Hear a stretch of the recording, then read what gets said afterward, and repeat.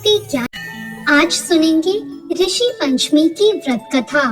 भाद्रपद मास के शुक्ल पक्ष की पंचमी के दिन ऋषि पंचमी का व्रत किया जाता है। इस दिन भगवान की पूजा नहीं बल्कि सप्त ऋषियों की पूजा अर्चना की जाती है। इस बार ऋषि पंचमी 1 सितंबर को है। ये व्रत महिलाओं के लिए बहुत सौभाग्यवती व्रत माना जाता है। इस व्रत को रखने से महिलाएं रजस्वला दोष से मुक्त होती हैं, यानी माहवारी के समय हो गए किसी भी चूक या पाप से उन्हें मुक्ति मिल जाती है। कहा जाता है पंचमी के दिन पूरी श्रद्धा से व्रत करके कथा की जाए तो जीवन के सभी दुख दूर हो जाते हैं। आइए सुनते हैं ऋषि पंचमी की व्रत कथा। एक बार की बात है, एक नगर में एक ब्राह्मण अपनी पत्नी के साथ रहा करता था। उसकी पत्नी ने एक दिन ऋषियों को भोजन के लिए आमंत्रित किया, लेकिन उसी दिन वो रजस्वला हो गई और उसने सोचा कि वो अब क्या करे। उसने तो ब्राह्मणों को भोजन पर आमंत्रित कर रखा है, इसलिए वो अपनी पड़ोसन के पास गई और उससे पूछा, मैं क्या करूं? मैंने तो आज ऋषियों को खाने का न्योता दिया है और आज ही मैं रजस्वला हो गई। पड़ोसन ने कहा, तू ऐसा कर, 7 बार नहा ले और 7 बार कपड़े बदल ले और फिर खाना बना ले। उसने ऐसा ही किया। उसके बाद वो ऋषि ब्राह्मण के घर भोजन करने आए और भोजन करते वक्त उन्होंने अपनी दिव्य दृष्टि से देखा तो उन्हें भोजन में कीड़े चलते हुए दिखाई दिए और वो सभी अपनी दिव्य दृष्टि से इसका कारण समझ गए और उन्होंने नाराज होकर ब्राह्मण और उसकी पत्नी को श्राप दे दिया। उनके श्राप के कारण अगले जन्म में ब्राह्मण ने तो एक बैल और उसकी पत्नी ने कुतिया के रूप में जन्म लिया और अगले जन्म में दोनों अपने बेटे के यहाँ रहने लगे। उनका बेटा बहुत धार्मिक था।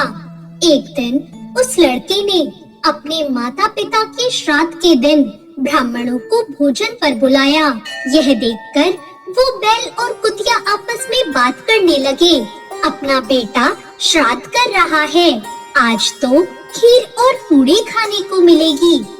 अपने घर ब्राह्मणों को भोजन कराने के लिए उन्होंने तरह तरह के पकवान बनाए और ब्राह्मण के बेटे की पत्नी ने खीर बनने के लिए चढ़ा दी। जब वो किसी काम से बाहर गई तो एक सांप आया और उसने खीर के बर्तन में विष वमन कर दिया। कुतिया के रूप में उनकी माँ ने सब कुछ देख लिया और उसने सोचा, सभी ब्राह्मण ये खाना खाने पर मर जाएंगे और इन्हें ब्रह्म हत्या का पाप लगेगा। इसलिए उसने उन्हें इस पाप से बचाने के लिए जाकर उस बर्तन पर मुंह लगा दिया। उस लड़के की पत्नी ने उस कुतिया को ऐसा करता देख लिया और उसने गुस्से में चूल्हे से जलती हुई लकड़ी निकाली और कुतिया को दे मारी। बेचारी कुतिया मार खाकर इधर उधर भागने लगी। चौके में बचा हुआ खाना वो रोज कुतिया को डालती थी, लेकिन क्रोध के कारण उसने वो सब खाना बाहर फेंकवा दिया और उस कुतिया और बैल को खाने को कुछ नहीं दिया। इसके बाद सारा खाना फेंककर सभी बर्तन साफ करके उसने दोबारा खाना बनाकर ब्राह्मणों को बुलाया और भोजन कराया। अब रात हुई और रात के समय भूख से व्याकुल होकर वो कुतिया बैल के रूप में अपने पूर्व जन्म के पति के पास आकर बोली, हे स्वामी, आज तो मैं भूख से मरी जा रही हूँ। वैसे तो मेरा पुत्र रोज मुझे खाने को कुछ न कुछ दे देता था, लेकिन आज मुझे कुछ नहीं मिल सका। मैंने तो सांप के विष वाली खीर के बर्तन को इसलिए छुआ कि उनको ब्रह्म हत्या का पाप न लगे। इस कारण से उसकी बहू ने मुझे बहुत मारा और खाने को भी कुछ नहीं दिया।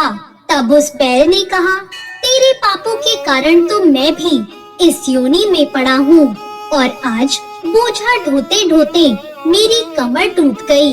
आज मैं भी खेत में दिन भर हल जोतता रहा। मेरे पुत्र ने आज मुझे भी भोजन नहीं दिया और मुझे भी मारा। मुझे इस प्रकार कष्ट देकर उसने इस श्राद्ध को निष्फल कर दिया। अपने माता पिता की इन बातों को उनके बेटे ने सुन लिया और वो उनके दुख से बहुत दुखी हुआ। उसने उसी समय उन दोनों को भरपेट भोजन कराया और फिर दुखी होकर वन में चला गया।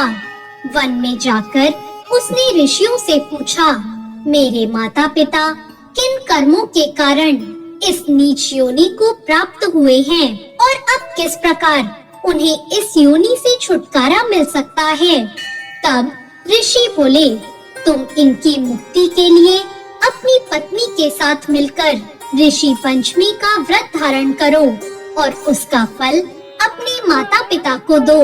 ऋषियों के कहे अनुसार भाद्रपद महीने की शुक्ल पंचमी को मुख शुद्ध करके उन्होंने पवित्र नदी के जल से स्नान करा और नए रेशमी कपड़े पहनकर सप्त ऋषियों का पूजन किया और सारा पूजन उसने अपनी पत्नी के साथ मिलकर पूरे विधि विधान से किया और उसका पुण्य अपने माता पिता को दे दिया।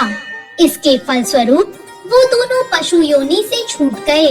इसलिए जो महिला श्रद्धा पूर्वक ऋषि पंचमी का व्रत करती है वह समस्त सांसारिक सुखों को भोगकर वैकुंठ को जाती है।